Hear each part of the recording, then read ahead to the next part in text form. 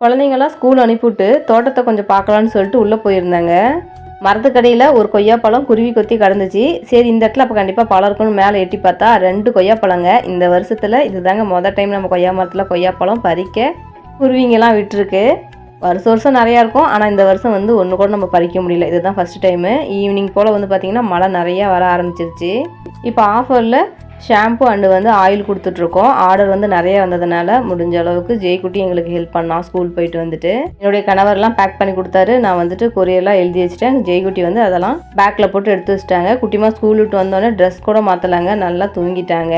சரி தூங்குற குழந்தை எழுப்ப வேணாம், அதுக்கப்புறம் எழுப்பிவிட்டு சாப்பாடு கொடுத்தலான்னு விட்டுட்டாங்க. ஜெய்குட்டி எதுக்கு இவ்வளோ சந்தோஷமாக இருக்கான்னு பார்த்தீங்கன்னா, இந்த மலைக்கு இதமாக அவங்க பாட்டி வந்து போண்டா சுட்டு கொடுத்துருந்தாங்க. நான் வேற கொஞ்சம் டயட்டில் இருக்கேன்ல, டயட் ஃபாலோ பண்ணுறதுலேருந்து ஒரு டைம் கூட அந்த ஆயில் ஃபுட்லாம் எடுக்கவே இல்லை. இன்னைக்கு எப்படி நான் அவாய்ட் பண்ண போறேன்னு தெரியலன்னு சொல்லிட்டு தான் ஜெய்குட்டி வந்து சிரிச்சிட்டு இருந்தான். என்னுடைய ஆசைக்காக ஒரே ஒரு பீஸ் மட்டும் எடுத்துக்கிட்டேன்.